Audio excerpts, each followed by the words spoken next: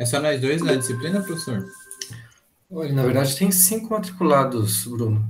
Ah, Vocês dois e mais 3. Só que o pessoal não apareceu ontem também, então. porque eu e o Clayton já estamos acostumados, já fizemos uma disciplina só nós dois aí. Olha, de repente, na verdade é bem comum, viu? Até na disciplina de análise 1 mesmo, semestre passado o pessoal começou e acabou desistindo de uma hora para outra. Mas enfim. Tá, bom, pessoal, a gente vai começar a seguir a apostila aqui. Na verdade, ela é muito baseada naquele livro do Hilbert, que eu coloquei no Moodle, e também no do Plácido Andrade, tá? Esse primeiro capítulo aqui é mais para falar sobre a história da geometria. Na aula passada eu já passei um videozinho ali para ilustrar. Hoje a gente vai ver um pouquinho mais com detalhes isso. Desde os primeiros registros aí até o surgimento das geometrias não euclidianas, tá? Bom, a gente falar da história da geometria é um pouco complicado pela questão de falta de documentos, né, e fontes. A gente pode falar o que chegou até a gente até o momento. O primeiro registro que a gente tem de, de noções geométricas, de problemas geométricos realmente, são lá da Babilônia. Babilônia, que fica onde hoje é o Iraque, né, entre os rios Tigres e Eufrates. Esse aqui é um exemplo, uma tábua aqui de argila, datada aí de 1900 até 1600 anos antes de Cristo. Então, tem quase 4.000 anos já, pelo menos que o pessoal estuda geometria. Aqui é interessante porque eles mostram que já conheciam pelo menos casos particulares do Teorema de Pitágoras. Por exemplo, as ternas pitagóricas, né? Isso aí era bem útil para poder fazer marcações e ângulos retos, por exemplo. Deixa eu pegar.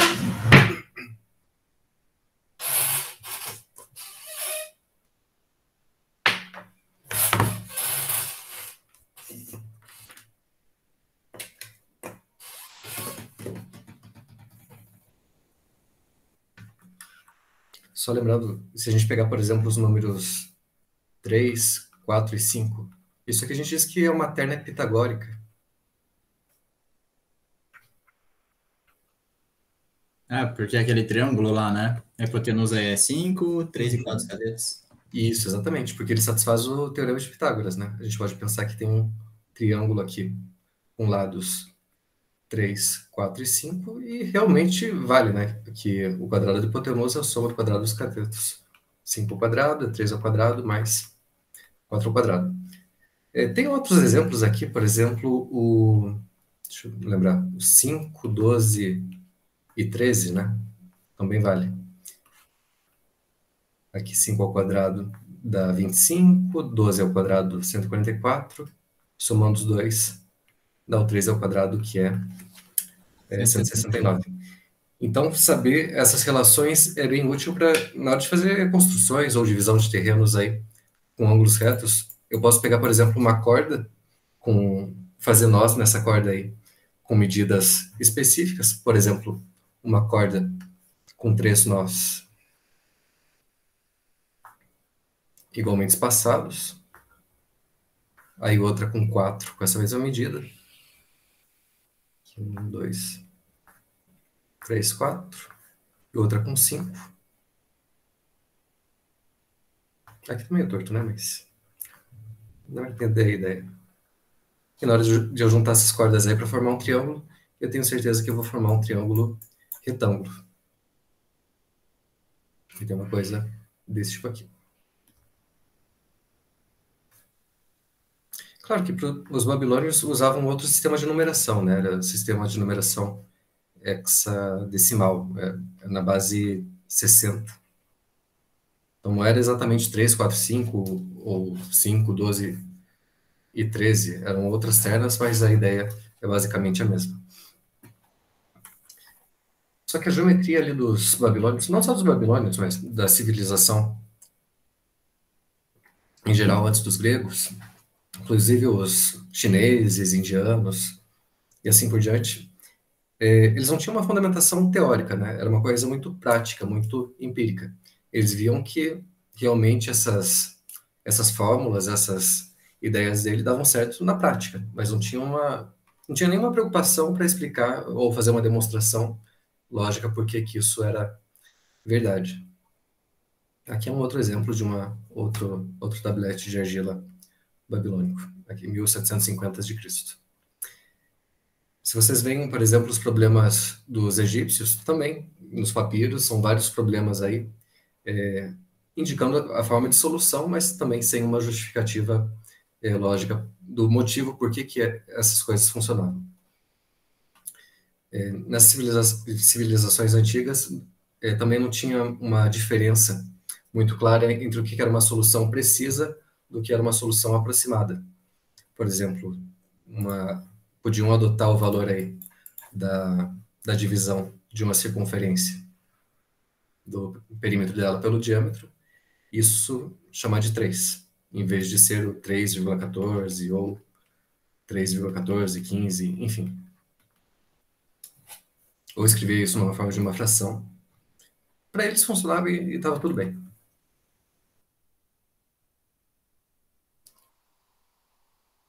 Para Bom, nós, às vezes, também vai, né? oi? Preferimos usar um 3 ali que um 3,14 e tá tudo bem. Ah, Mas assim, sim. Não, funcionava, né? Para as atividades dele estava certo. Também não precisava de tanta precisão assim. A coisa começou a mudar de figura realmente na Grécia.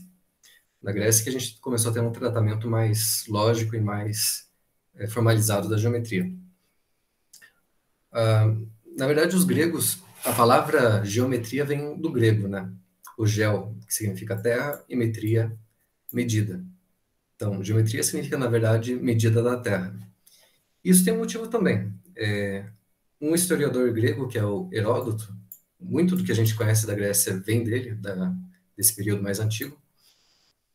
Ele acreditava que a geometria tinha origem no Egito, justamente por essa história dos agrimensores, né? Os esticadores de cordas que faziam a divisão dos terrenos. O Egito, na verdade, nessa época, não é como a gente conhece hoje. Se eu pegar aqui, por exemplo, o mapa, deixa eu ver.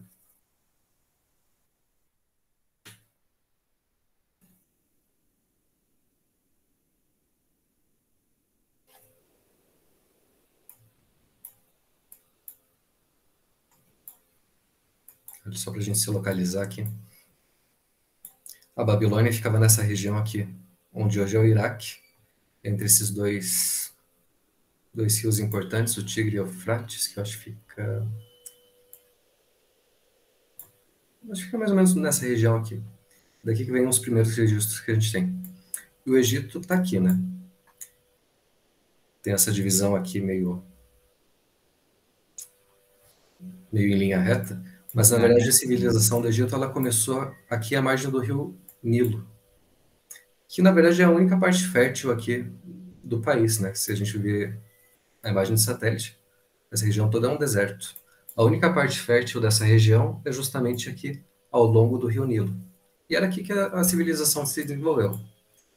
E essa região é fértil justamente porque o rio Nilo ele tem uma característica que todo ano ele inunda as terras que estão em volta dele. Então ele sofre uma cheia e depois essa cheia volta para o leito original do rio. E quando ele faz isso, ele deixa muitos sedimentos, né, muita matéria orgânica ali no solo, que deixa esse solo muito fértil. Então isso permitiu o desenvolvimento da agricultura, enfim. As pessoas podiam deixar de ser nômades e se fixar numa região com agricultura, sem precisar ficar saindo atrás de caças e animais, enfim, coisas do tipo. Só que isso tinha um problema também, porque cada vez que o rio Nilo ele sofre uma cheia, se você tem um terreno aí do lado de um vizinho, a barreira, a divisão que tem entre os terrenos, aí ela desaparece. Se tiver uma cerca ali ou uma marcação na terra, já era. Então, todo ano, as pessoas precisavam refazer essas divisões do terreno.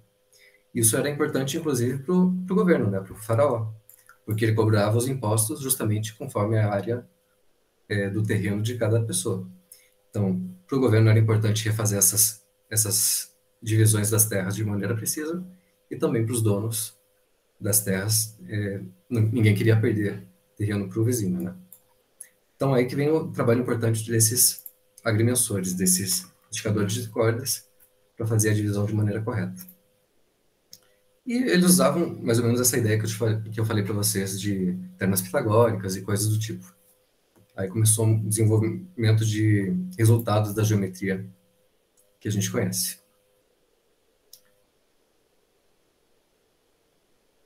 Bom, os gregos tiveram contato com os egípcios, né?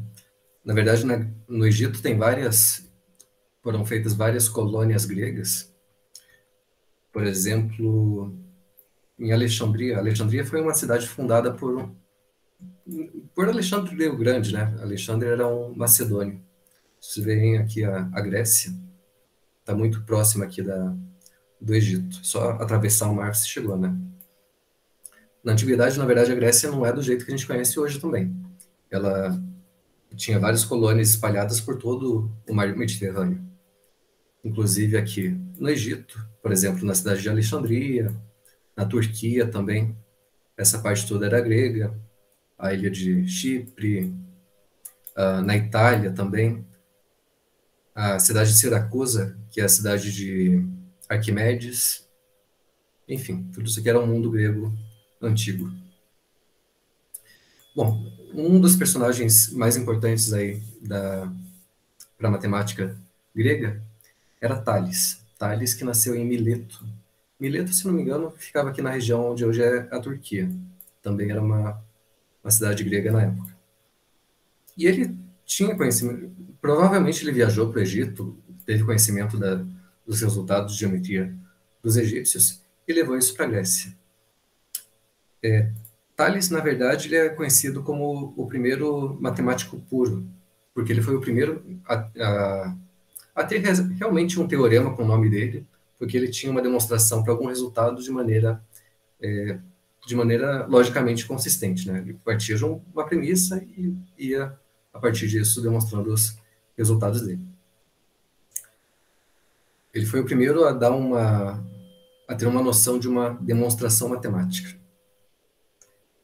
Ele viveu aqui entre 624 e 547 a.C. Então tem.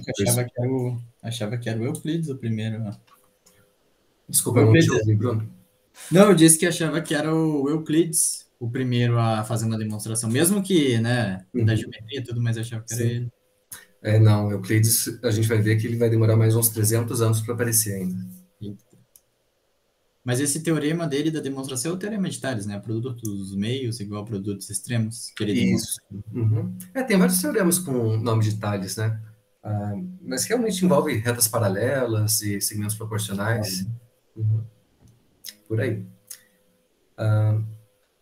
Bom, Tales também é conhecido como um dos primeiros filósofos gregos, né? Era muito comum isso, a mistura de filosofia com a matemática na Grécia. Bom, logo, não é tão logo assim, né? Mas o outro matemático importante que surge é Pitágoras. Pitágoras que veio dessa ilha de Samos. Samos eu não sei onde é, na verdade. Vamos procurar aqui onde fica Samos. Isso é uma ilha grega.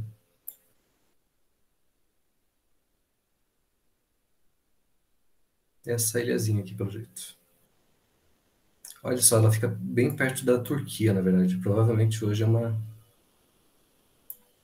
Bom, não sei se é grego ou turco isso.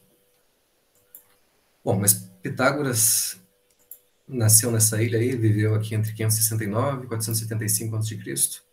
Então, tem uma interseção aqui com Tales, né? Ele é um pouco mais novo do que Tales, mas eles dividiram aí alguns anos de vida, pelo menos, ao mesmo tempo. Aparentemente, ele encontrou Tales durante as viagens, ele sofreu influência. Na verdade, Tales é conhecido, Pitágoras é conhecido por ter fundado uma escola, que é a escola pitagórica, só que ele era muito ligado também com questões místicas, né? Ele acreditava que os números governavam o mundo, de certa forma. Então, tinha muita doutrina mística aí, e na escola dele, os alunos aprendiam não só matemática, mas também filosofia e ciências naturais, além dessas doutrinas meio esquisitas aí dele. Só que isso era uma irmandade, tá? Eles mantinham todas as descobertas dessa escola de Pitágoras meio que em segredo. Eles, por exemplo, descobriram que o número raiz de 2 não podia ser escrito em forma de fração, e isso foi um escândalo na época. Eles mantinham o segredo, porque achavam que as pessoas iam se escandalizar em saber que existiam grandezas que não eram racionais. E outra característica dessa escola é que eles praticavam o comunalismo. Quer dizer, se alguém descobrisse algum resultado, o resultado era da escola, não era da pessoa. Então, até o Teorema de Pitágoras, é difícil a gente dizer se era de Pitágoras realmente ou se era de algum aluno ali da escola que provou ele e ficou com o nome da escola.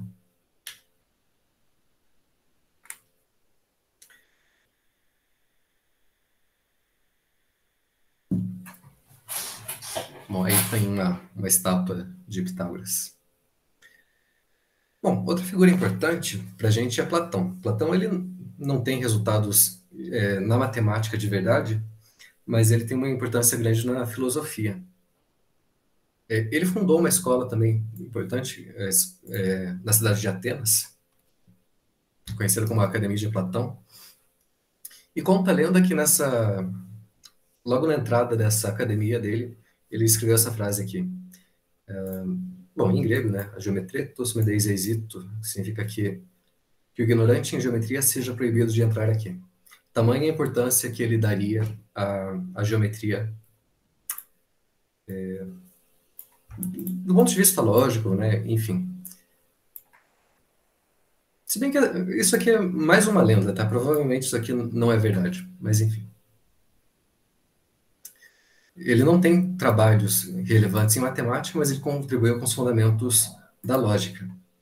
Na verdade, o discípulo dele, que é Aristóteles, que desenvolveu a lógica mais ou menos da forma como a gente usa hoje, né?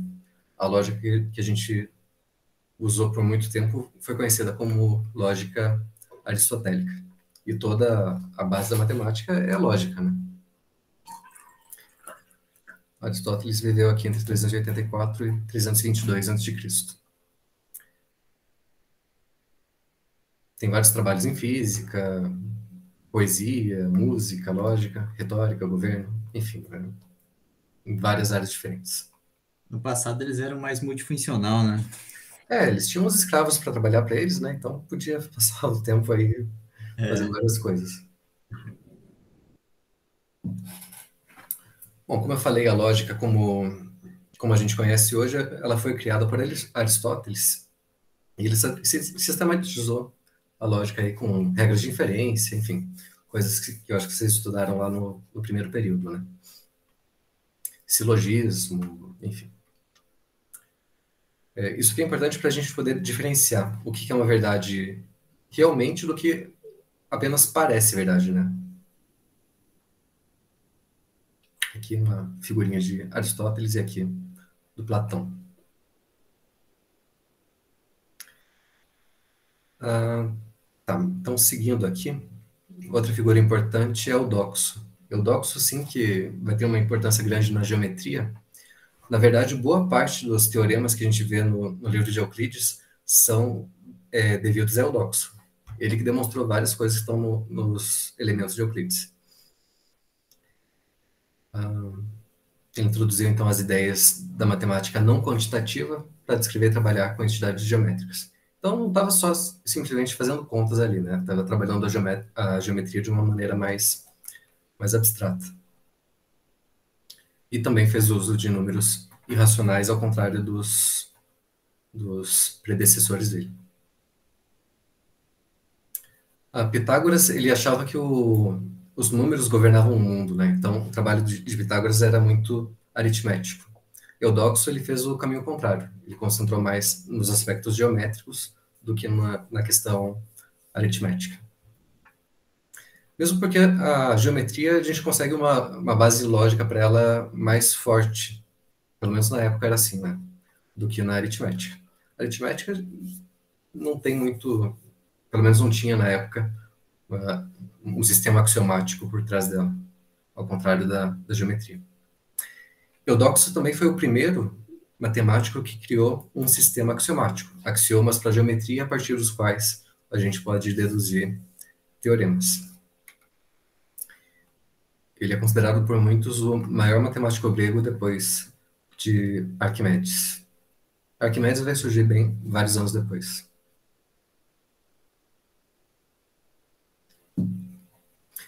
Bom, a escola de Platão aqui ela tem importância também, porque um dos alunos dela foi justamente Euclides.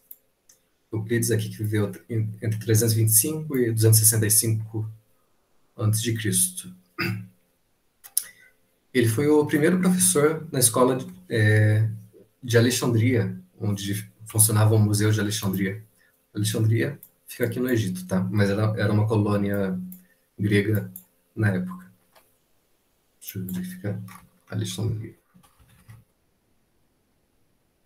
Tinha o famoso Farol de Alexandria, né? Que é uma das maravilhas do mundo antigo. Então, na verdade, Euclides foi um professor nessa academia. Então, ele sentiu a necessidade realmente de fazer um livro didático para poder ensinar geometria nessa escola. E é aí que surgem os elementos. Os elementos são um livro de geometria, mas ele não é o primeiro livro. Como eu falei, Eudoxo já tinha vários teoremas aí na área. Vários outros matemáticos antes de Euclides escreveram livros de geometria, só que esses livros não chegaram até os tempos atuais, né? Eles acabaram ficando perdidos no tempo. Então, provavelmente Euclides tem alguns teoremas que são realmente deles, mas a maioria é devido a outros matemáticos que vieram antes dele. E não é só sobre a geometria, tá? Esse livro ele tem várias partes. Na verdade, são 13 livros, ou 13 capítulos do mesmo livro. Eu tenho até, acho que eu deixei ele no mudo. Deixa eu abrir aqui.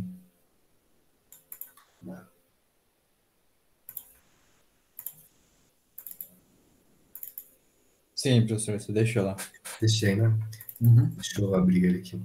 Olha só, são 13 livros. A gente começa aqui com o livro 1, por exemplo, dá para ver as definições, os postulados, os axiomas, e aí já começam a demonstrar vários teoremas aí de geometria, né?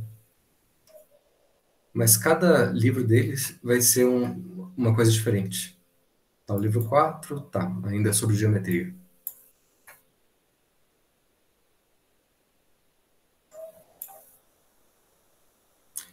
Mas, enfim, tem coisas sobre aritmética, teoria dos números também. É bem abrangente. Ele tentou mais ou menos fazer um compilado da matemática que ele deveria ensinar ali na escola de Alexandria.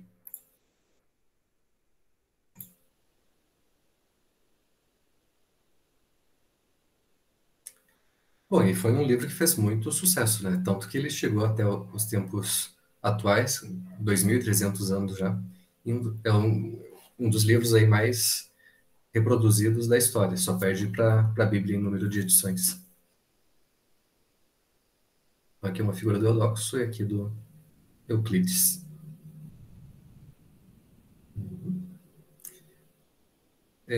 Tem até uma historinha aqui da geometria dos tempos mais antigos até chegar em Euclides. Teve um historiador aqui, Eudemo. Ele viveu entre 370 e 300 a.C. e escreveu a história da geometria antes de Euclides. E ficou conhecido como Catálogo dos Geômetras. Eu reproduzi ele aqui. É um pouco grande essa história, mas só para ter uma ideia.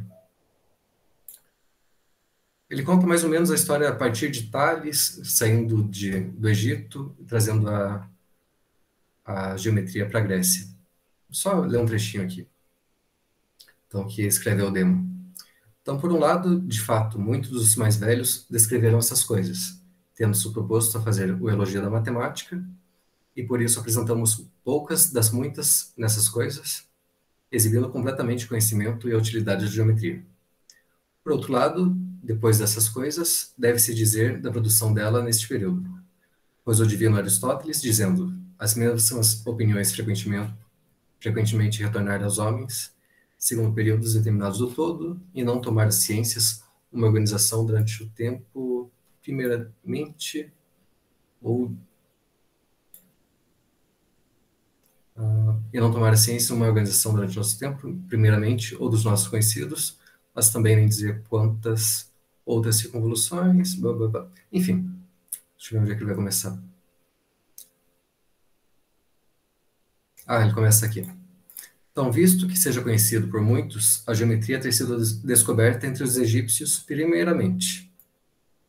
Aqui eles achavam que era dos egípcios, tá? Mas a gente sabe hoje que, na verdade, outras civilizações já conheciam resultados de geometria. Por exemplo, os babilônios. Os chineses também, os indianos. Mas eles achavam que vinha, pelo menos do conhecimento deles, era dos egípcios, né? Então, tendo tomado a origem da ação de medir com cuidado as áreas, pois esta era necessária para aqueles, pela ação de se elevar do Nilo, fazendo desaparecer os limites concernentes a cada um. E nada é surpreendente começar a descoberta tanto dessa quanto das outras ciências pela necessidade, porque tudo que é produzido na geração avança do imperfeito ao perfeito.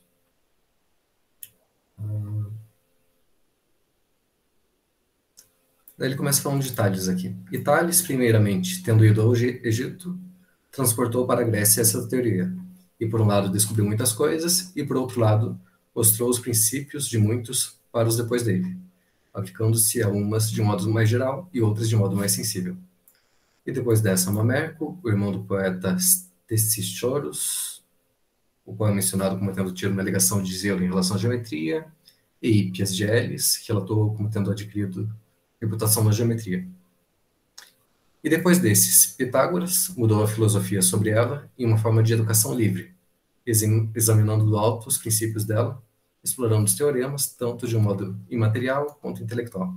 Bom, e aí ele continua, né, falando de Anaxágoras, Hipócrates, Teodoro. E olha que interessante, ele fala de livros chamados de elementos também, que vêm antes de Euclides. Olha, Hipócrates também compôs elementos, o primeiro dos que são mencionados. E Platão, tendo nascido depois desse, fez tomar muito grande progresso tanto as outras coisas matemáticas quanto a geometria pelo zelo relativo a elas. Aí fala aqui de Titeto, Leodamas, Euclides, Leodamas. Enfim, ele faz como se fosse realmente um catálogo de todos os geômetras que vieram antes de Euclides até chegar a ele.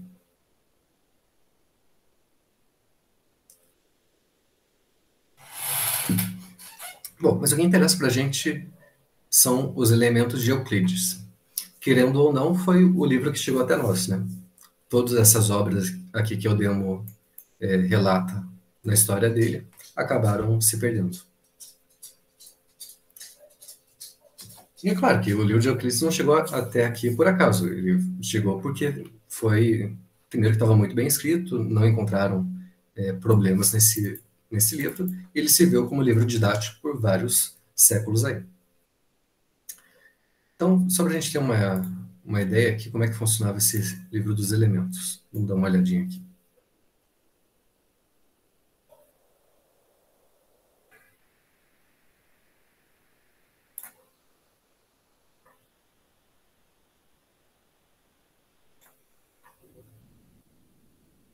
As primeiras páginas aqui mais da história. Tá, o livro 1, então. Olha como é que Euclides começa. Ele já começa com um monte de definições. Só que essas definições não são bem as definições que a gente adota hoje, né? Mesmo porque tem coisas que a gente não consegue definir. Tem noções que a gente não consegue definir a partir de outras mais simples. São o que a gente chama de noções primitivas. Por exemplo, como é que a gente define o que é um ponto? Não tem uma definição. A gente simplesmente adota que um ponto é um ponto e acabou. A gente define outras coisas a partir de pontos. Por exemplo, se eu tiver 3 pontos não colineares, eu consigo definir um triângulo a partir deles. Mas o ponto em si a gente não define. Uma reta também. Não tem como definir o que é uma reta. Bom, apesar disso, Euclides tenta fazer definições. São definições meio esquisitas, né? Por exemplo, ponto. Ponto é aquilo de que nada é parte. E linha é o comprimento sem largura. Extremidade de uma linha são pontos. Então, na verdade, quando ele está falando em linha, ele está falando de segmento, né? E linha reta é que está posta por igual com os pontos sobre si mesmo.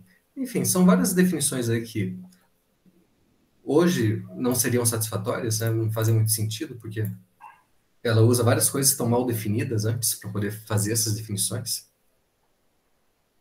Hoje se diz que uma reta é um conjunto infinito de pontos, né? Ou ainda usa essa da... Não, a reta não tem definição, né? Porque, tudo bem, você pode falar num conjunto infinito de pontos, mas eu posso fazer um conjunto infinito de pontos assim também. Isso é um conjunto infinito de pontos. Ou isso Verdade. daqui também. Então, o que que diferencia essa região dessa ou dessa? É complicado a gente fazer uma definição sobre isso, né? A gente tem uma noção intuitiva do que a gente pensa que é uma reta, ou o que que é um ponto, ou o que que é um plano. Aham. Não dá para definir essas coisas. A gente precisa de um ponto de partida, né? A gente tem que começar de algum lugar. E esse lugar que a gente começa, a gente chama de noções primitivas. São como se fossem definições que não têm definição. A gente Aham. tem uma noção intuitiva, mas não dá para definir. É, realmente não tem como definir. É uma noção que você tem que ter. Tipo, reta é isso aí, não tem muito como. Uhum. Sim, é realmente uma noção primitiva. É da onde a gente vai começar, é nosso ponto de partida.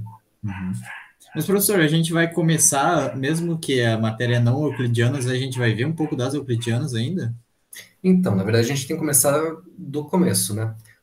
A geometria euclidiana ela se diferencia da geometria não euclidiana pelo postulado das paralelas, o axioma das paralelas, né? Esse daqui. Ah, dado um ponto e a única paralela. Uhum. Isso, ela diz basicamente o seguinte: se eu tenho uma reta e um ponto fora dela, existe uma única reta paralela a R passando pelo ponto P. Uhum. Então, existe uma única reta R', tal que o ponto P pertence a R' e R é paralelo a R'. Esse é o axioma das paralelas. Mas todos os outros axiomas da geometria euclidiana a gente vai manter. Só esse que não. Então, sei lá, vão ter, digamos, 20 axiomas aí.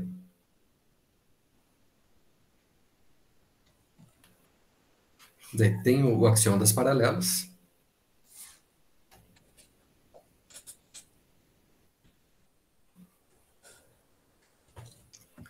E se eu jogar fora esse axioma aqui e trocar ele por outro, pelo axioma da geometria hiperbólica, por exemplo,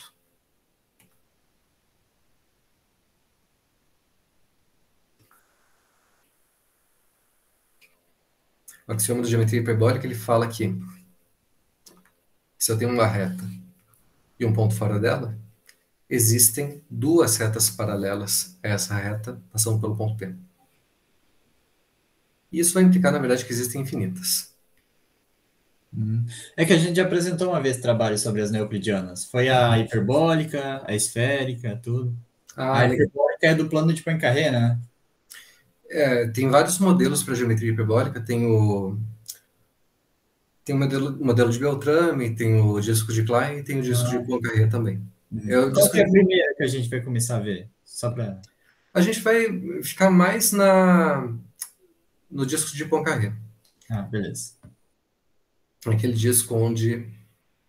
Bom, é um disco do plano complexo, na verdade, onde as retas são ou segmentos de reta unindo Tipo um pontos funil, aqui. né? Oi? É tipo um funil ou não? Não, não, não, esquece, esquece. Não, esse aqui, a gente está pensando no plano, né? No Primeiro. plano. Então, vai ser uma circunferência, um círculo, onde as retas vão ser ou segmentos de reta aí unindo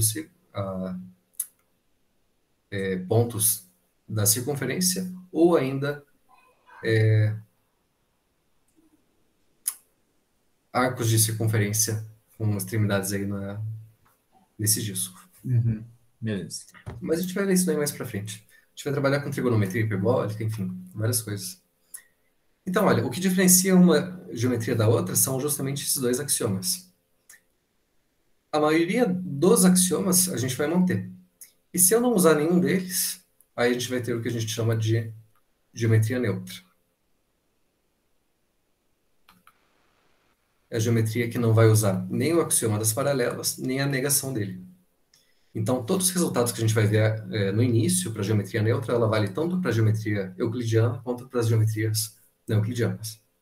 Depois a gente vai colocar esse axioma, que daí vai começar a ver as diferenças de uma para outra.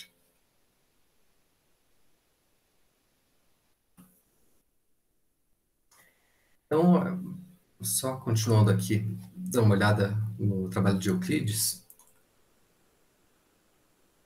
Ele define um monte de coisas, né?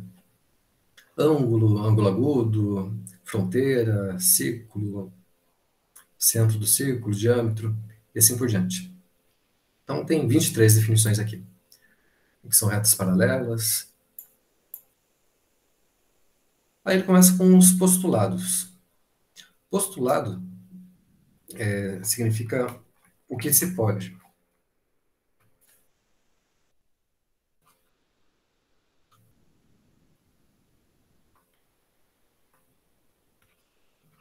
Então, o que se pode fazer, na verdade? Então, ele dá 5 postulados aqui. Então, o primeiro postulado dele. Então, fique postulado traçar uma reta a partir de todo ponto até todo ponto.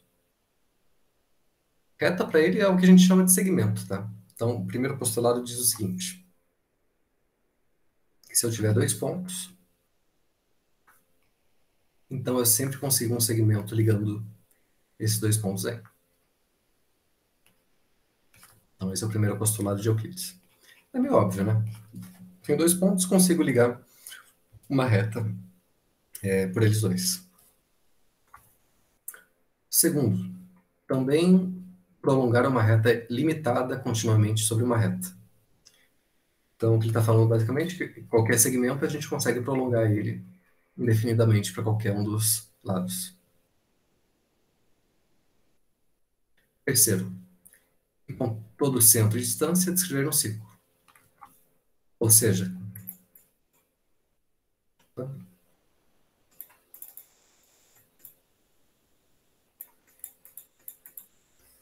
então, o terceiro postulado ele está falando que se eu tiver qualquer ponto aqui e qualquer distância D, eu sempre consigo um círculo com centro no ponto A e raio D.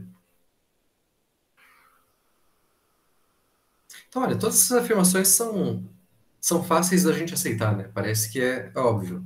Ninguém vai duvidar que essas coisas a gente consegue fazer. Sim. Quarto postulado. E serem iguais entre si todos os ângulos retos.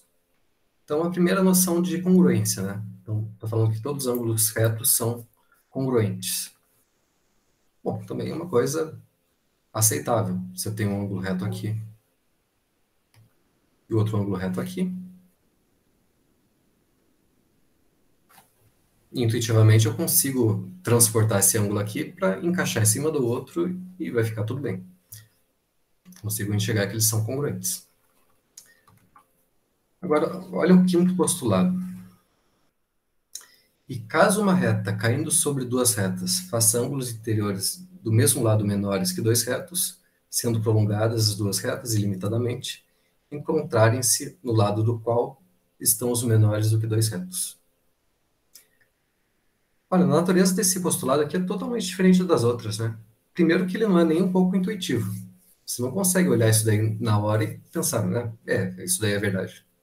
Tem que pensar um pouco para poder se convencer que isso realmente é verdade. Olha, vamos tentar enxergar o que ele está falando aqui.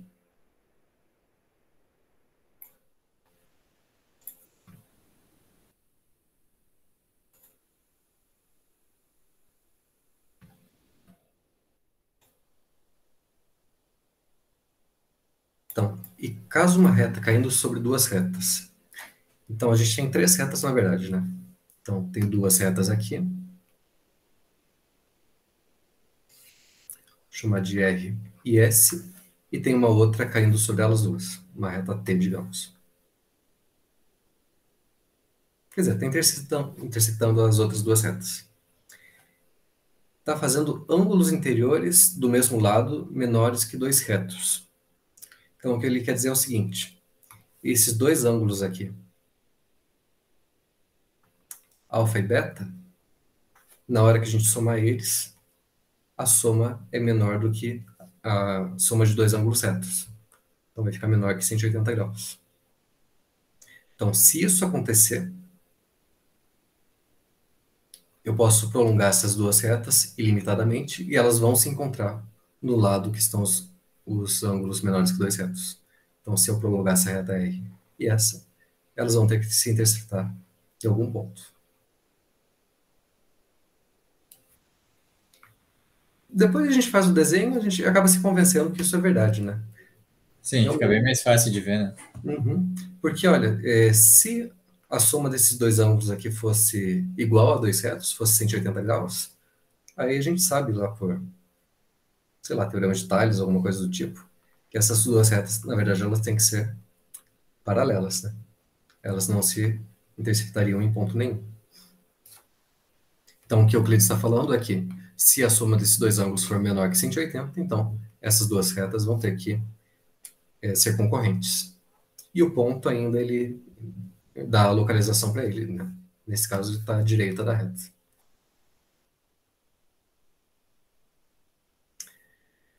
Então, olha, esse postulado aqui, logo de início, ele parece... Ele tem a cara de um teorema, né? Que a gente consegue demonstrar. Porque, primeiro, ele não é óbvio, e, enfim, está cheio de hipóteses aqui. Talvez fosse possível usar os quatro primeiros postulados aqui para tentar provar esse quinto. E foi isso que foi tentado fazer por muitos anos. Pelo menos uns 2000 anos aí, o pessoal ficou tentando fazer isso. E ninguém conseguiu. Ninguém conseguiu provar esse quinto postulado a partir dos outros quatro.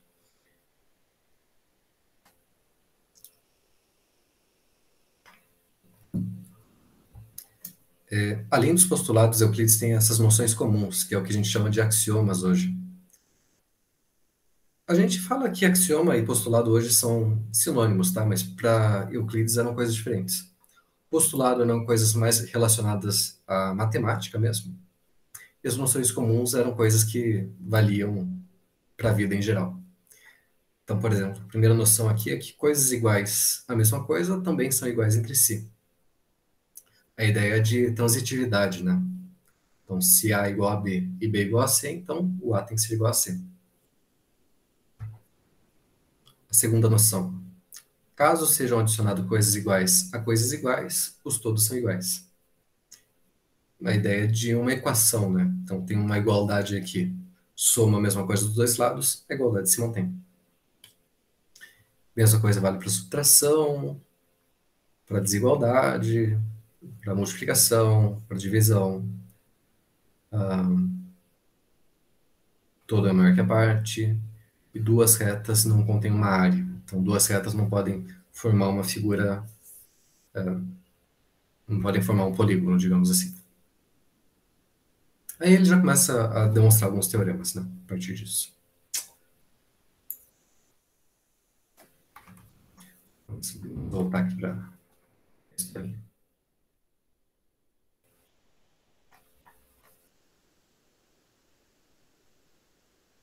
Bom, aqui estão as definições, os postulados, e o quinto postulado, que é o que vai dar a maior polêmica, né?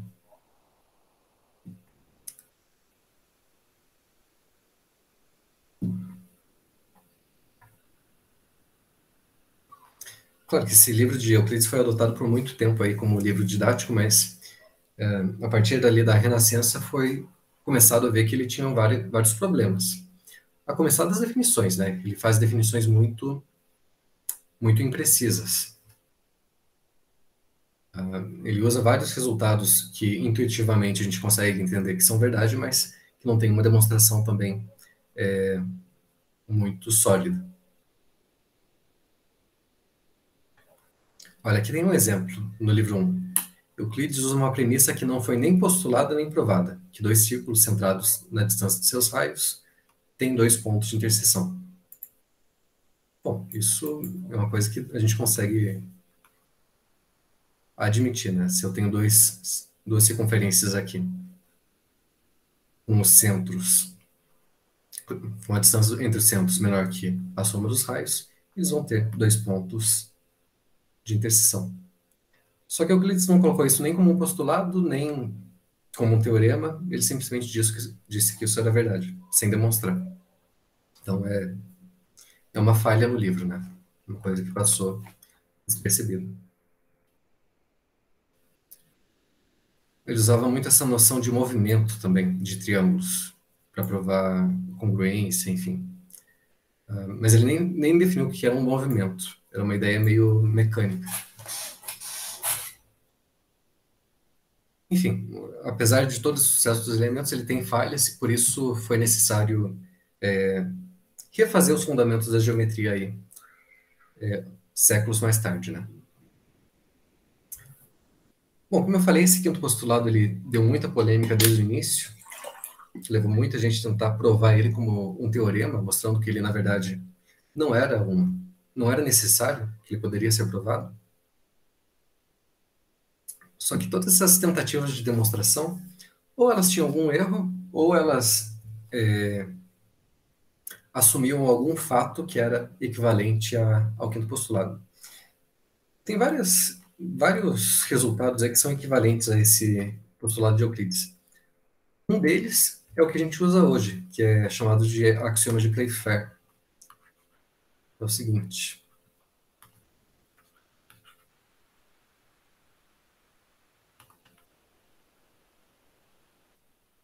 Bom, o axioma de Playfair diz justamente o nosso axioma das paralelas, que se eu tiver uma reta e um ponto fora dela, existe uma única reta paralela a R passando pelo ponto P.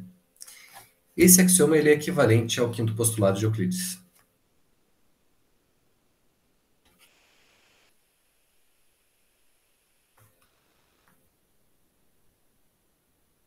Quando eu digo que é equivalente, eu quero dizer o seguinte: se eu assumir isso daqui como um axioma, eu consigo provar o axioma de Playfair como um teorema. E o contrário também. Se eu admitir isso daqui como um axioma, eu provo o quinto postulado de Euclides como um teorema. Então, são afirmações equivalentes, tá? Vale tanto a ida quanto a volta.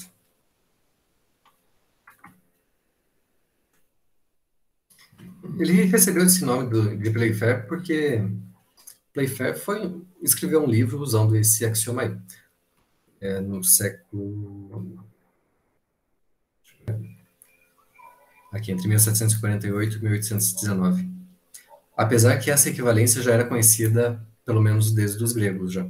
Mas ficou com o nome de Playfair.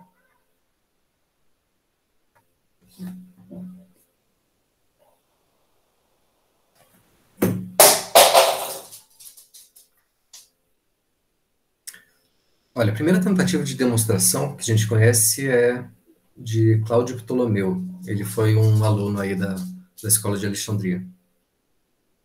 Só que ele usava também fatos que eram equivalentes ao quinto postulado. Ele admitia que a distância entre retas paralelas permanecia sempre a mesma.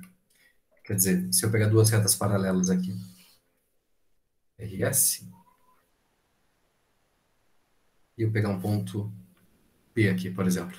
Eu quero calcular a distância da reta R até a reta S a partir desse ponto P. Então, para a gente fazer isso, a gente traça uma perpendicular, né? Vai ter aqui meu pé da perpendicular e a gente calcula a medida desse segmento aqui. Essa é a nossa distância. Então, o que Ptolomeu admitia é que se eu pegar qualquer outro ponto e for traçar a distância vai se manter sempre a mesma. Esse fato, na verdade, ele é equivalente ao quinto postulado de Euclides também. Então, realmente ele não conseguiu provar não conseguiu provar o quinto postulado. E olha, isso aqui foi no século I depois de Cristo, né? A partir daí, vários outros matemáticos tentaram fazer a mesma coisa. A matemática ficou muito forte ali na região dos matemáticos árabes, né? Enquanto a Europa passava aí pela Idade Média, produziu muito pouca coisa. Um deles é esse matemático, Nasir al-Din al-Tusi.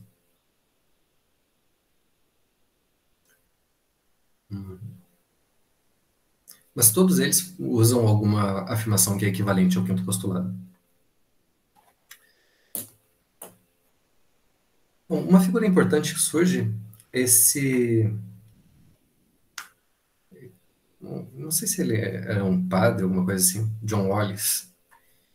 Ele também tenta demonstrar esse quinto axioma, só que ele tenta fazer uma demonstração por absurdo. Ele é uma abordagem um pouco diferente do que os outros tentam fazer.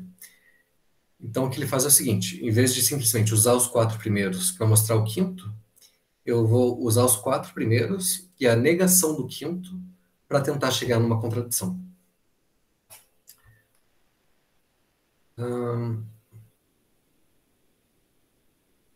Bom, o Wallace ele consegue demonstrar o quinto postulado, só que, de novo, ele usa uma afirmação equivalente a ele. Mas a diferença é que, pelo menos, ele tinha noção que as afirmações eram equivalentes, tá? Estava consciente desse fato. Enquanto quem veio antes dele achava que tinha demonstrado corretamente e ele sabia que não.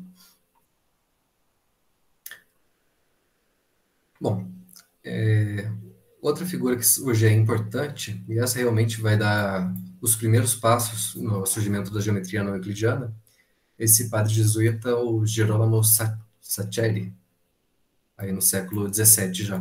Bom, tá bem próximo, né? 1600, 1700. Ele tem uma ideia bem interessante que é realmente uma demonstração por absurdo. Ele cria o que a gente chama de retângulo de Saccheri, quadrilátero de Saccheri. Ele faz o seguinte: ele cria um quadrilátero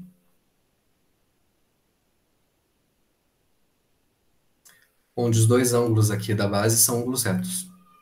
Aí ele trabalha com três possibilidades, tá? Dos ângulos aqui do topo. Ele está supondo que são congruentes. Pode acontecer, primeiro, os dois ângulos serem ângulos rasos, ou podem ser ângulos retos, ou eles podem ser ângulos obtusos. Então, a ideia do Saccheri era tentar chegar em contradições, tá? Se eu mostrar, por exemplo, que essa hipótese aqui leva a uma contradição, essa hipótese leva a uma contradição, então a única hipótese que sobra é essa daqui. Então, meu quadrilátero aqui ele teria que ser realmente um retângulo. Isso aqui é equivalente ao quinto postulado de Euclides. Era isso que ele queria chegar. Bom, se eu admitir que os dois ângulos são obtusos, não é tão difícil a gente chegar numa contradição, tá? Isso aqui acontece na geometria elíptica.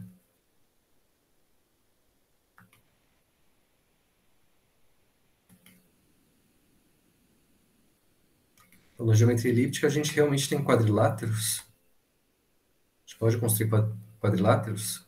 Tem os dois ângulos da base retos e os dois ângulos do topo aqui, obtusos.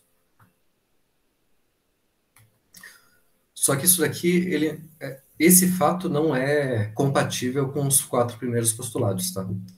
Ele leva à contradição. Então, para a gente poder trabalhar com a geometria elíptica, a gente não pode mudar só o quinto postulado. A gente tem que mudar alguns outros também, para ter uma geometria consistente. Por isso que essa geometria elíptica ela não é considerada realmente uma geometria não euclidiana. Porque ela não muda só o quinto postulado, ela tem que mudar os outros também. Essa condição 1, ela vai levar ao surgimento da geometria hiperbólica.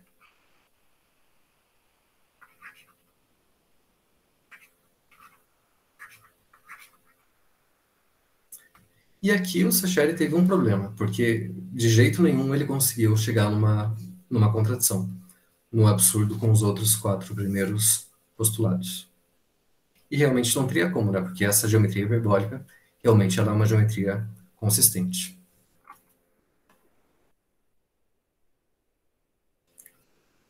A sua busca, Saccheri demonstrou vários resultados do que hoje é conhecido como geometria hiperbólica, mas ele desanimou, né? Porque ele não queria chegar em nada disso. Ele queria mostrar que a geometria euclidiana era a única realmente verdadeira. E, ao final, ele desanimadamente afirmou que os seus resultados eram repugnantes à natureza de uma reta. Então ele tinha tudo para ser o pai da geometria hiperbólica, mas ele não deu o passo final de admitir que realmente esses resultados dele eram logicamente consistentes.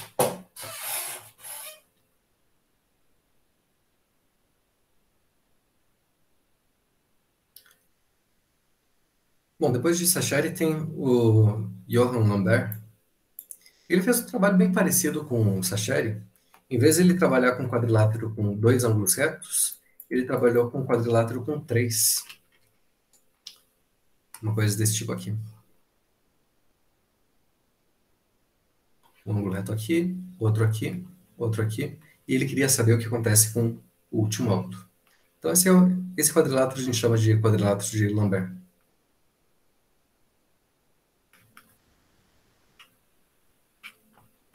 Ele é muito parecido com o quadrilátero de Sacheri, tá? Então, de novo, tem 3 possibilidades. Ou o ângulo alfa é raso, é agudo, ou reto, ou obtuso.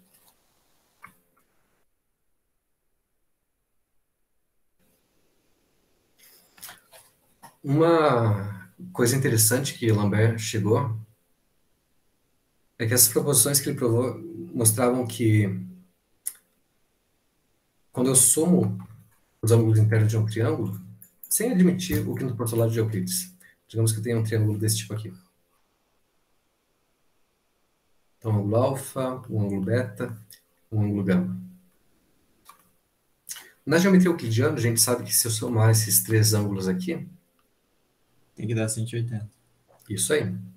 Agora, se eu não admitir o quinto postulado, o máximo que eu consigo é mostrar o seguinte, que a diferença dessa soma aqui, do alfa mais beta mais gama, para 180 graus, então para o ângulo π, né, π radianos, isso daqui vai ser proporcional, então tem uma constante k aqui, é proporcional à área do triângulo. Deixa eu dar um nome para esse triângulo aqui. ABC. É proporcional à área do triângulo ABC. Tá, mas isso é no... Esse do proporcional aí é não admitindo o quinto axioma, é isso? Isso, exatamente. Sem admitir o quinto postulado, a gente tem essa relação aqui, que foi Beleza. Lambert que descobriu. E olha, ela vale inclusive na geometria plana. Porque, olha, na geometria plana, a minha constante, essa constante k, ela vale 0. Aí vai dar certo, né? Porque, olha, a soma dos ângulos internos aqui, menos 180, dá 0. Só que se eu pegar essa constante aqui, se ela for uma constante negativa, a gente vai ter justamente a minha geometria hiperbólica. Se for uma constante positiva, vai ter a geometria elíptica. Essa constante que Gauss vai chamar de constante de curvatura da superfície. Eita, negativa também dá, caraca. Dá também. Uhum. Isso acontece, por exemplo, na pseudoesfera. É uma superfície onde tem uma curvatura para um lado e a outra para o outro. Como se fosse um cone, uma coisa desse tipo aqui. Tipo um funilzinho. Isso. Uhum. Ela faz uma coisa desse tipo. Ela tem curvatura... Tem uma forma específica de definir a curvatura de uma superfície. Mas a ideia é basicamente que qualquer ponto que eu pegar nessa superfície, se eu pegar 2 curvas, elas se inclinam em direções diferentes. Por exemplo, nessa direção aqui, ela está se aproximando, mas se eu pegar nessa direção vertical, ela está se afastando, enfim, como se fosse uma célula, né? Uma hipérbole. Aham, sim. Ponto de célula. E já numa superfície com curvatura positiva, a gente tem uma coisa mais ou menos assim, como se fosse uma esfera mesmo. Aí, em qualquer ponto que eu pegar dessa superfície, as curvas passando pelo ponto, elas se inclinam no mesmo sentido, digamos assim. Uma aqui, por exemplo, e outra aqui. As duas estão inclinando para dentro da superfície. Aqui tem uma para dentro e a outra para fora. Mas tem uma definição bem precisa disso, mas tenho que usar ferramentas do cálculo e geometria diferencial para poder falar disso mais precisão. Bom, mas Lambert também não dá o passo final, que seria admitir que realmente existem geometrias diferentes da euclidiana. Ele queria chegar que essa constante era zero, né? Mas ele não conseguiu.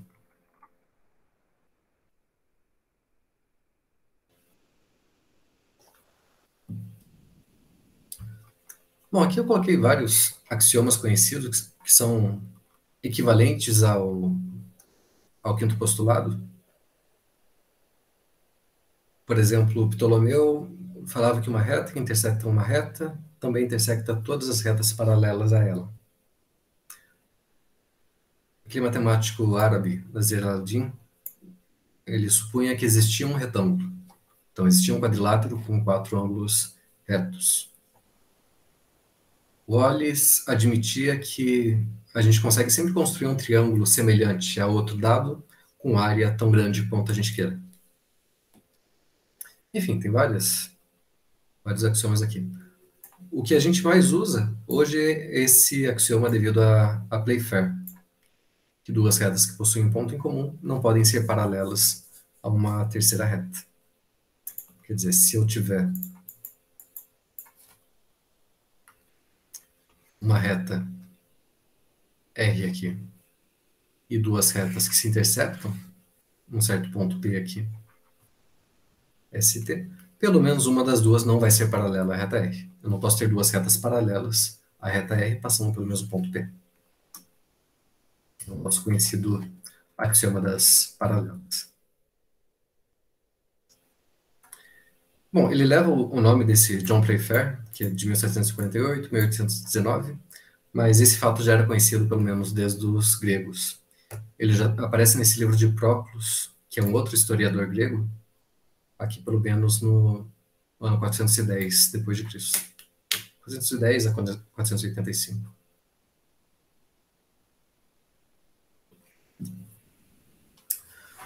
Bom, mas quem foi que realmente percebeu que existiam geometrias que podiam ser diferentes da geometria euclidiana, que não usam o quinto postulado de Euclides? Aparentemente, pelo menos, pelo que a gente conhece, o primeiro a perceber que poderiam existir geometrias diferentes da de Euclides é Gauss. Gauss era o maior matemático aí do século XVIII. Ele já era muito conhecido, muito reconhecido na época. Ele escreveu uma carta aqui para Olbers em 1817, mencionando que estava convencido que a necessidade da geometria euclidiana não poderia ser demonstrada. Então, diferente da aritmética, a geometria deveria ser classificada junto com a mecânica, como uma ciência experimental. Isso justamente por causa dessa constante aqui que eu falei do trabalho de Lambert. Essa constante, que seria a constante de curvatura da superfície, se eu estou pensando na geometria do mundo real, ela só pode ser determinada de maneira experimental. Teria que fazer vários experimentos para realmente saber se essa constante ela vai ser zero, ou negativa, ou positiva. Então, por isso que Gauss achava que geometria não estava próximo da aritmética, que era uma verdade absoluta. Ela deveria ser uma questão experimental, como se fosse parte da física, né?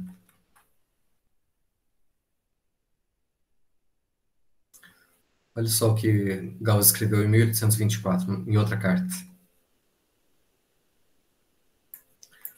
A hipótese que a soma dos ângulos internos de um triângulo é menor que 180 conduz a uma geometria separada, totalmente diferente da nossa geometria, que em si própria é inteiramente consequente, e que desenvolver de maneira totalmente satisfatória para mim, de tal modo que posso nela resolver qualquer problema, exceto a determinação de uma constante que não pode ser definida a priori.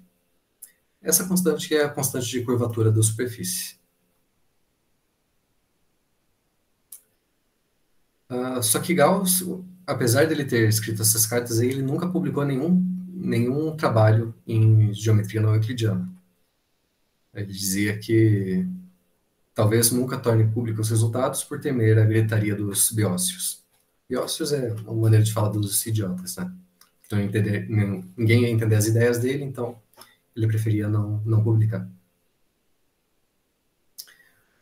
Bom, quem realmente fez a primeira publicação sobre geometrias não euclidianas foram dois matemáticos mais ou menos ao mesmo tempo. Um matemático húngaro, que é o János Bolyai, e outro russo, que era o Nikolai Lobachevsky. Eles não tinham contato um com o outro, não falavam nem a mesma língua, né? Então é muito improvável que um tivesse realmente conhecimento do trabalho do outro. Mas isso é muito comum na ciência, né? Na matemática em particular. Chega um momento em que toda a base do conhecimento já está tão solidificada que é só uma questão de tempo até alguém vir com um resultado novo. Isso que aconteceu, por exemplo, com o cálculo, né? Com Newton e Leibniz desenvolvendo mais ou menos ao mesmo tempo o cálculo diferencial integral. Para a geometria euclidiana aconteceu a mesma coisa. Ela não surgiu por acaso, ela surgiu porque todo o fundamento teórico já estava pronto. Era só alguém dar o passo final. A gente viu aí que tem pelo menos 2.000 anos de história já com os fundamentos sendo construídos, né? Bom, tanto Bolyai quanto Lobachevsky, vocês viram no videozinho lá da aula passada, né? A história. Bolyai publica esses resultados com 21 anos, no apêndice de um livro de geometria do pai dele, que era um amigo do Gauss. E ele manda esse livro pro Gauss olhar, né? Para ver realmente se estava tudo certo, porque ele achava tudo muito esquisito. O próprio pai do Bolyai, ele ficou por muitos anos tentando demonstrar o quinto postulado sem nenhum sucesso. E o János percebe que não teria realmente como demonstrar esse quinto postulado, que ele era um postulado independente dos outros quatro, e se a gente mudasse esse postulado, a gente teria uma geometria totalmente diferente da geometria euclidiana. Só que o Gauss era o matemático mais conhecido da época, né? Todo mundo respeitava ele. E a resposta que o Gauss dá para o livro do János Bolyai foi muito decepcionante para ele. Ele fala que se ele começasse a afirmação que não ouso levar tal trabalho, você, é claro, se sobressaltaria. Mas não posso proceder de outra forma, pois louvá-lo significaria louvar a mim mesmo, visto que todo o conteúdo do trabalho coincidem quase exatamente com as meditações que tenho ocupado minha mente por 30 a 35 anos. Por isso, encontro-me surpreso ao extremo. Então, Gauss basicamente falou, o que você escreveu aí eu já sabia 30 anos atrás. Então, fez o János ficar totalmente decepcionado, né? Por um lado, talvez ele achasse que o Gauss estava tentando roubar o trabalho dele, ou simplesmente falando que não tinha valor nenhum. Ele ficou tão decepcionado que ele nunca mais publicou nada na vida dele. Esse trabalho dele só foi reconhecido depois que ele morreu. Bom, outro matemático que fez um trabalho muito parecido com o János Bolyai foi o Lobachevsky, um matemático russo. Então, ele não tinha contato com o Bolyai, desenvolveu de forma bem independente. Ele desenvolveu essa geometria ele chamou de geometria imaginária, mas os resultados dele são praticamente os mesmos do Bolyai. E ele percebeu também essa constante da curvatura, né? Essa constante K, a mesma que Lambert tinha mencionado. O Lobachevsky publicou esse trabalho aí, mas na época também não teve atenção nenhuma. Ainda mais porque ele era russo. Se hoje já é difícil a gente poder ler um trabalho que está em russo, na época era pior ainda, né? Ficou totalmente desconhecido. Inclusive é outro alfabeto. Se vocês pegam artigos aí em russo, não consegue ler nada. É tenso o negócio. Sim. E ainda mais aqui que não tinha nem internet, né? Então, esse trabalho só foi descoberto muito tempo depois que Lobachevsky tinha morrido já. Bom, de qualquer forma, tanto a geometria euclidiana quanto a geometria não euclidiana, a geometria hiperbólica, elas puderam ser reunidas numa geometria só, de uma forma mais generalizada por Riemann. Riemann foi um aluno de doutorado do Gauss, lá na Universidade de Göttingen. Provavelmente foi o melhor aluno de Gauss. Gauss ele desenvolveu toda a geometria diferencial que a gente estuda hoje. Então, a geometria com base em derivadas, integrais, enfim. E Riemann, ele generalizou os trabalhos de Gauss. O Gauss, ele trabalhava com dimensão 2 ou 3, né, para superfícies ou curvas ou superfícies. E Riemann estendeu esse trabalho para N dimensões, uma coisa bem mais geral. Ele criou uma geometria que, na verdade, dependia de uma métrica, de uma maneira de você medir distâncias. Essa geometria que a gente chama hoje de geometria riemanniana. Essa geometria riemanniana, ela foi desenvolvida a pedido do Gauss. O Gauss pediu para o Riemann escrever um trabalho que é como se fosse o que seria hoje um concurso público para um cargo de professor numa universidade. Eles tinham que fazer um trabalho como se fosse defender uma tese nova perante uma banca. Então, ele escreveu esse trabalho e apresentou sobre as hipóteses subjacentes à geometria. Mas ela também foi publicada só depois que Riemann morreu. Mas ele proferiu essa palestra e deu os fundamentos da geometria riemanniana. E Riemann usava também essa questão da curvatura, né? Aquela constante K que o Lambert já mencionava, o Lobachevsky também. E dependendo da curvatura da superfície, a gente vai reobter ou a geometria euclidiana, ou a geometria elíptica, ou a geometria hiperbólica. Então, Riemann conseguiu englobar todas elas num pacote só.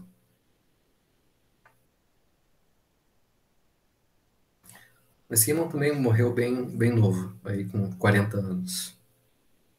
E é do Riemann também que a nossa noção atual de integrais, tá? A integral que a gente usa no cálculo geralmente é chamada de integral de Riemann, porque ele também desenvolveu. Ele teve trabalhos aí em variáveis complexas, ele foi muito produtivo. Bom, só para falar dessa questão dos elementos, né, eu já falei que tem problemas nos elementos, desde das definições que estão mal feitas, né, são definições bem vagas, e vários resultados que usam fatos que não foram demonstrados antes.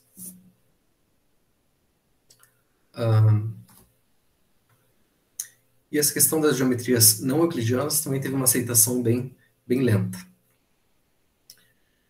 O primeiro a fazer um modelo para geometria hiperbólica, geometria de Bolyai e Lobachevsky, foi esse italiano, Eugenio Beltrami. Ele também apareceu naquele videozinho, né? Tinha aquela superfície esquisita, colocava uma esfera, usava a trigonometria esférica para dar um modelo para a geometria hiperbólica.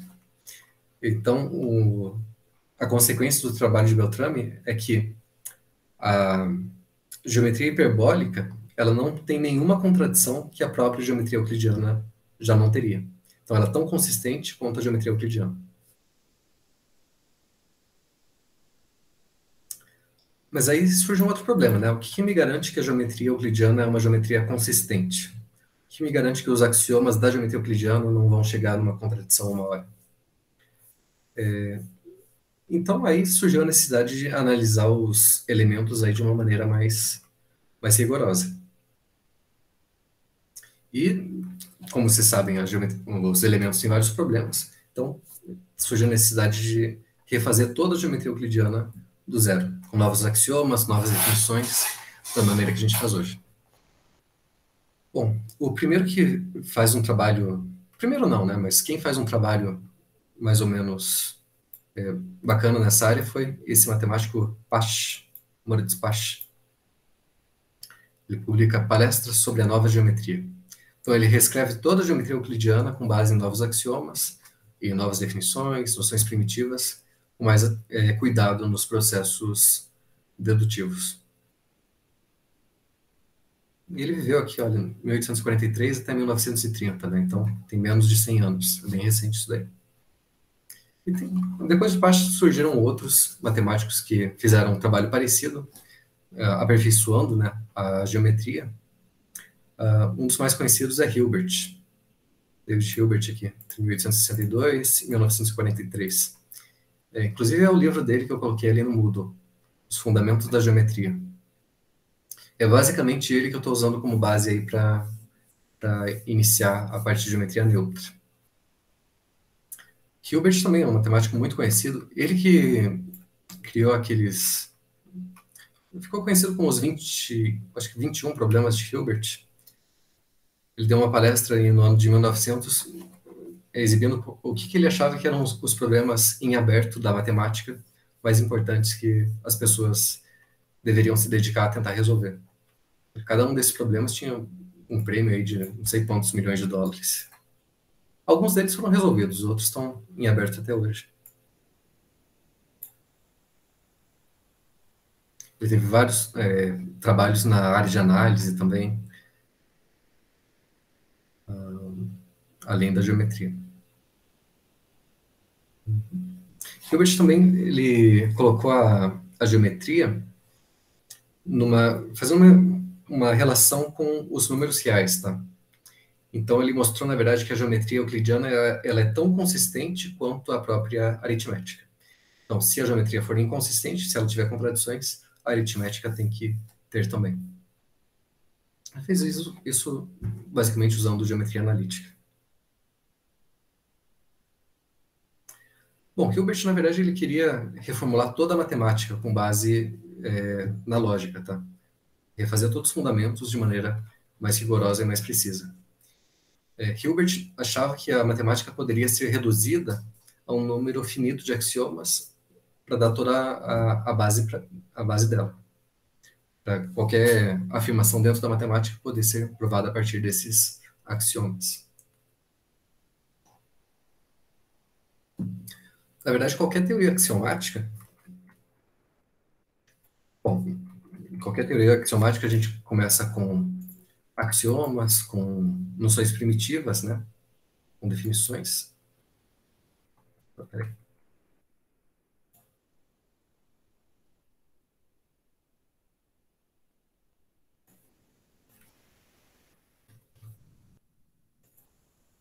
A gente fala de uma teoria axiomática.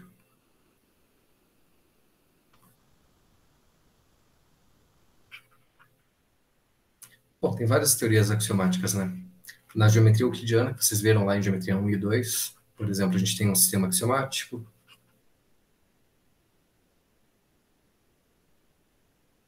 Na própria análise, a gente vai ver vai tentar estruturar a análise em cima de axiomas também. Ou ainda, a própria teoria dos conjuntos é uma teoria axiomática.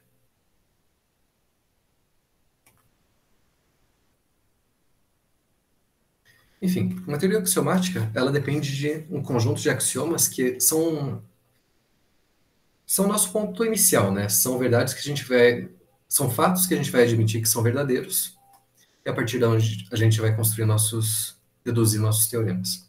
Então a gente parte de axiomas, que são aceitos sem definição, são aceitos sem demonstração.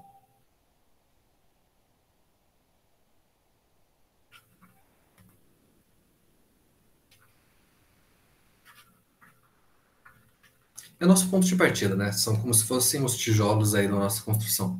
A gente tem que começar de algum lugar. E esse lugar são os axiomas. A gente começa com noções primitivas também.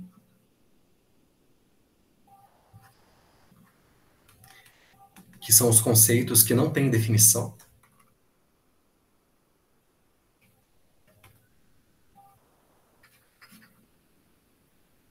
Por exemplo, ponto, reta, plano. Aí, com as noções primitivas, a gente começa a definir nossas primeiras definições. E a partir dos axiomas, a gente consegue deduzir nossos teoremas. Então, essas coisas todas vão formar a nossa teoria axiomática. Então, qual que era o objetivo do Hilbert? O que ele queria fazer? Ele queria que toda a matemática ela fosse baseada num conjunto de axiomas consistente. Então, toda matemática seria consequência de um número finito de axiomas aí. Sei lá, 100 axiomas que seja. Onde eu posso deduzir todos os resultados de geometria, de análise, de álgebra, de topologia, enfim.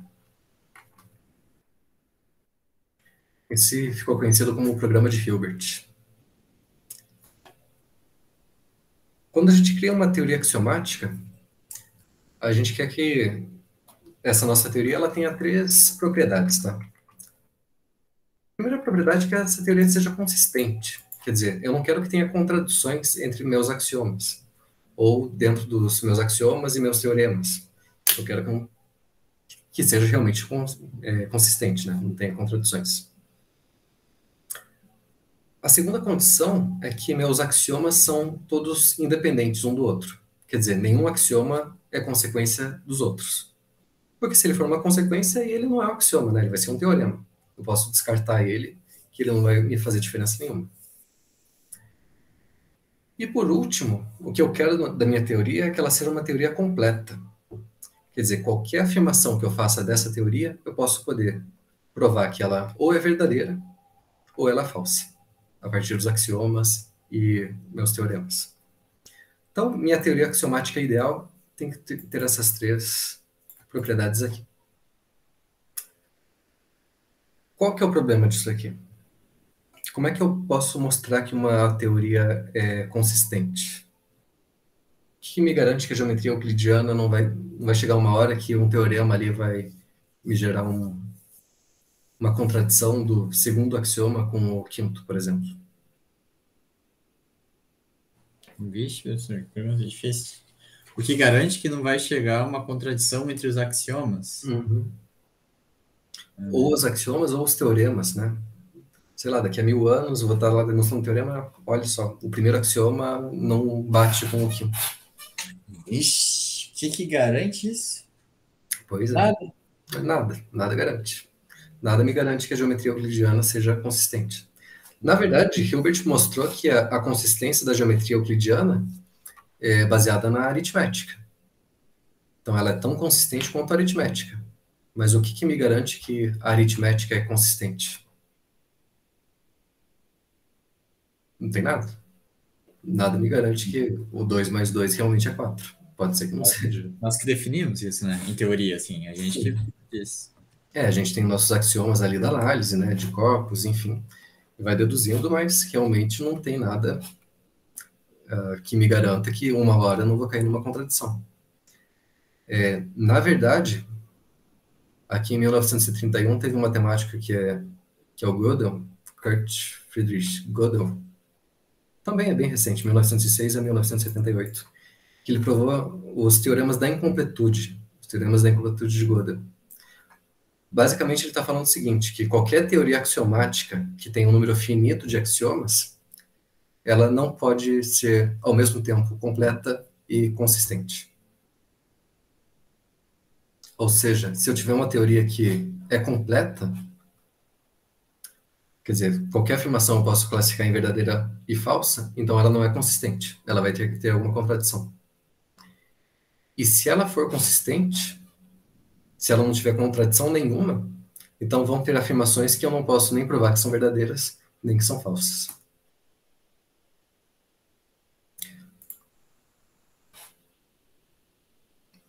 Mas depois disso, como que fica daí? Pois é. Tu não pode provar nem que é verdadeiro, nem que é falso. Pois é. Esse é o teorema de Gödel, que foi um abalo aí nos fundamentos da matemática, né? Que ele acaba totalmente com o programa do Hilbert. O sonho do Hilbert que era estruturar toda a matemática em axiomas que fossem completos e consistentes. E Gödel mostrou que isso não é possível. Mesmo que eu tenha uma quantidade infinita de axiomas, tudo bem, por exemplo, na geometria euclidiana aqui, a gente sabe que o quinto axioma, ele é independente dos outros. Então, se eu quiser provar, por exemplo, eu tenho aqui meus 4 axiomas. O axioma 1, o 2, o 3, o 4. O quinto postulado, que é o das paralelas, eu não consigo nem provar que ele é verdadeiro, nem que ele é falso, usando só esses 4 aqui. Ele é independente dos outros. Então, essa teoria aqui com esses 4 axiomas não é completa. Aí tudo bem. Então, eu vou colocar um axioma a mais. Vou colocar o quinto aqui como um axioma também. Aí essa teoria vai ser completa? Não, não vai. ainda vão ter afirmações dentro dessa teoria que eu não consigo nem dizer que é verdade, nem que é falso. Tem vários... esse tipo de coisa, a gente diz que são proposições indecidíveis.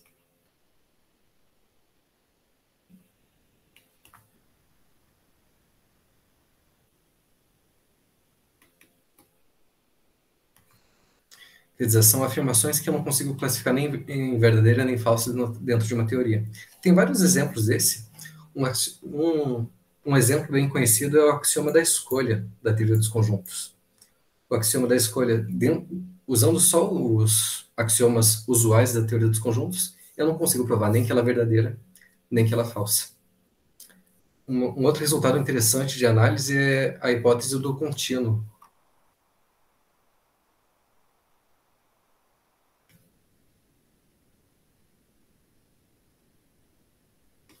Essa hipótese do contínuo diz mais ou menos o seguinte.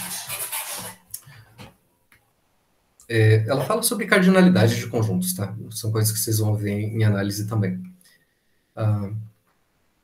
Eu digo que um conjunto tem uma cardinalidade menor do que o outro se existe uma função que seja injetora de x para y,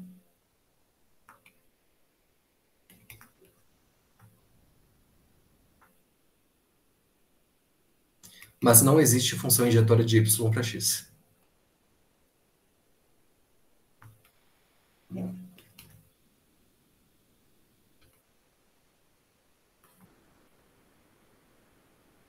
Então, basicamente, estou falando que tem menos elementos no conjunto x do que tem no conjunto y. Tá? Por exemplo, se eu tiver um conjunto aí com 3 elementos e o outro com 5. Qual deles que tem cardinalidade maior?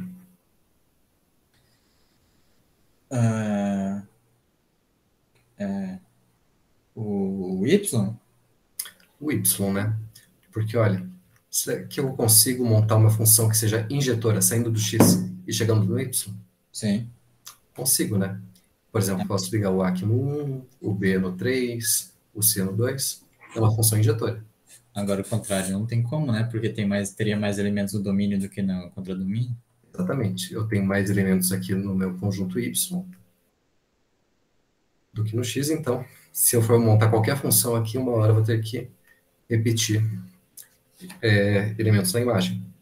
Então, o x tem cardinalidade menor do que o y.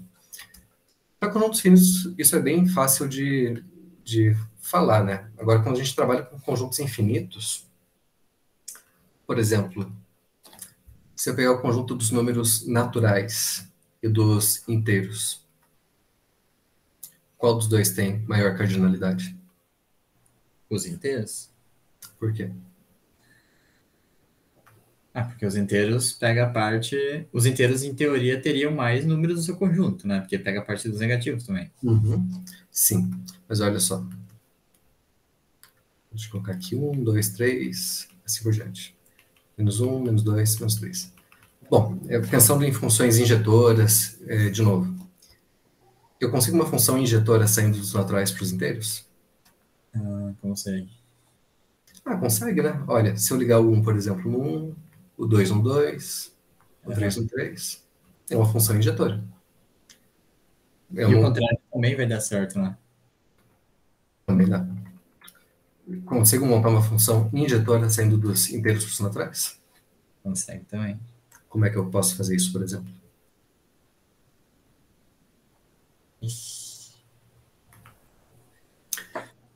Olha, a ideia é que a gente fica alternando entre positivo e negativo. Por exemplo, eu vou começar com 0. O 0 eu vou ligar no 1. O 1 vai no 2. Aí eu vou para o negativo. Menos 1 vai no 3. O 2 vai no 4. Menos 2 no 5. E assim por diante. Então, todos os elementos aqui do conjunto dos inteiros estão associados a um elemento diferente dos naturais. É uma função injetora, né? Sim. Então, na verdade, a cardinalidade dos dois conjuntos é a mesma. Uhum. Então, a cardinalidade de todos os conjuntos numéricos é igual? Não, Dos irracionais, não? não. Esses conjuntos que têm bijeção com os naturais, a gente diz que são os conjuntos enumeráveis. Se eu tentar fazer isso com os racionais, dá certo também. Vocês conseguem... Bom, lá em análise a gente vai ver isso. Os racionais, eles são um conjunto enumerável também. Agora, os números reais, não. Dos números reais, eu não consigo fazer uma função que seja injetora saindo dos reais para os naturais. Essa função aqui, ela não existe. Ô, louco. Mas se eu fosse dos racionais, aí eu consigo. Mas dos reais, não. Porque tem... Bom, tem teoremas aí que a gente precisa provar antes para mostrar isso. Mas a ideia, basicamente, é que... Bom, tem um argumento aí que é o argumento da diagonal de Cantor, que a gente vai ver daqui a uns dias. Então, olha só, a cardinalidade dos naturais, ela é a mesma dos inteiros, ela é a mesma dos racionais,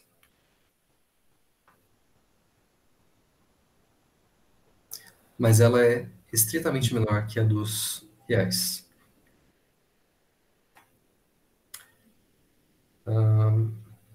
Essa cardinalidade aqui dos naturais, ela tem até um símbolo específico para ela. Escreve ela assim como essa letra hebraica aqui. Parece um N, é Aleph. É a primeira letra do alfabeto hebraico. Então, Aleph zero. Aleph zero porque é o primeiro número cardinal infinito. Então, a cardinalidade dos naturais a gente chama de Aleph zero.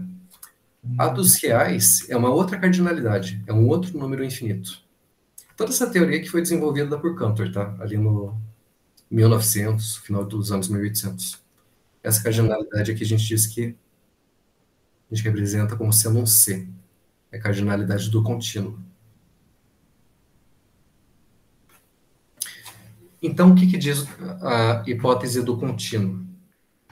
Então, eu tenho um conjunto aqui dos naturais, que tem uma cardinalidade Lf0, e a outra dos reais, que é essa cardinalidade do contínuo aqui. A pergunta é, será que existe algum conjunto intermediário entre os naturais e os reais? Então, será que existe algum conjunto X aqui entre os naturais e entre os reais que tenha cardinalidade intermediária, que seja menor que a dos reais e menor que a dos naturais? O dos inteiros? Não, a dos inteiros é igual a dos naturais. Ah, é. O dos irracionais, então. Dos irracionais é a mesma dos reais. Então, racionais. Os racionais são iguais a dos inteiros. Então, não tem, porque os complexos, ele contém os racionais, né? Não, daí os complexos é outra coisa. Os complexos aí vai ser a mesma dos reais, na verdade. Uhum. Então não tem. Então, tem ou não tem? Essa pergunta ela não tem resposta. Com os axiomas da teoria dos conjuntos, esse é uma proposição indecidível. A gente não consegue provar nem que ela é verdadeira, nem que ela é falsa. A gente supõe só, mas não tem como mostrar, né? Não, se você quiser usar esse fato, você tem que colocar isso como um axioma novo na teoria. Você pode, inclusive, a teoria dos conjuntos, que a gente usa hoje, ela é chamada de ZFC. Por quê? O Z é do Zermelo, o F é do Frankel, que são os criadores desse sistema axiomático, né? E eles tiveram que adicionar esse C, que é o axioma da escolha. O axioma da escolha é um axioma da teoria dos conjuntos também, que não dá para demonstrar só com esses dois aqui. Então, se eu precisar usar a hipótese do contínuo, que não existe nenhum conjunto intermediário, eu tenho que colocar isso como um axioma. Então, vira o ZFC mais o HC, que é a continuum hipóteses, né? CH, na verdade. Pode colocar HC, que é a hipótese do contínuo.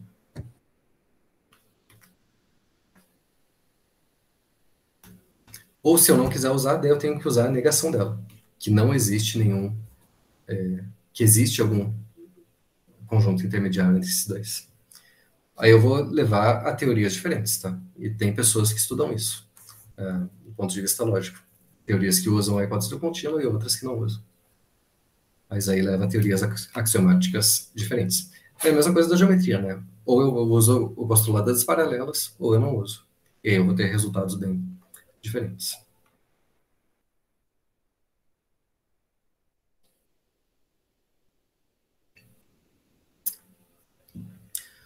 Bom, pessoal, acho que eu vou parar por aqui hoje. Isso encerra essa parte da historinha. Na semana que vem a gente começa a estudar realmente os resultados aí da geometria. Começando com a geometria neutra, que é a geometria que usa os primeiros axiomas, mas não o das paralelas. Os axiomas que a gente vai usar são os axiomas de Hilbert, tá? Que o Hilbert colocou no livro dele.